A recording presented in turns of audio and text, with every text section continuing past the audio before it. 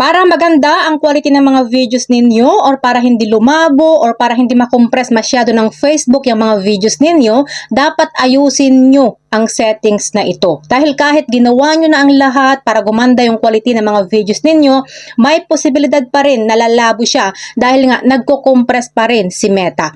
Pero kung tama na yung settings mo, siguradong maganda na yung quality ng videos mo. So kung gusto mong malaman guys kung paano, sundan mo lang ang video na ito. So dito guys sa ating Facebook account, pindutin lang natin itong tatlong line.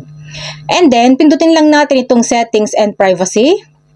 Tapos itong settings. And then, pindutin natin itong media. So, dito guys, makikita na natin itong video quality. Yan. Dapat piliin lang natin itong optimize para hindi mababawasan yung quality ng mga videos natin. Huwag itong data saver guys. Kasi kapag ito yung pinili ninyo, may posibilidad na bababa yung quality ng mga videos ninyo ng up to 40%. Kaya dapat piliin nyo lang itong optimize.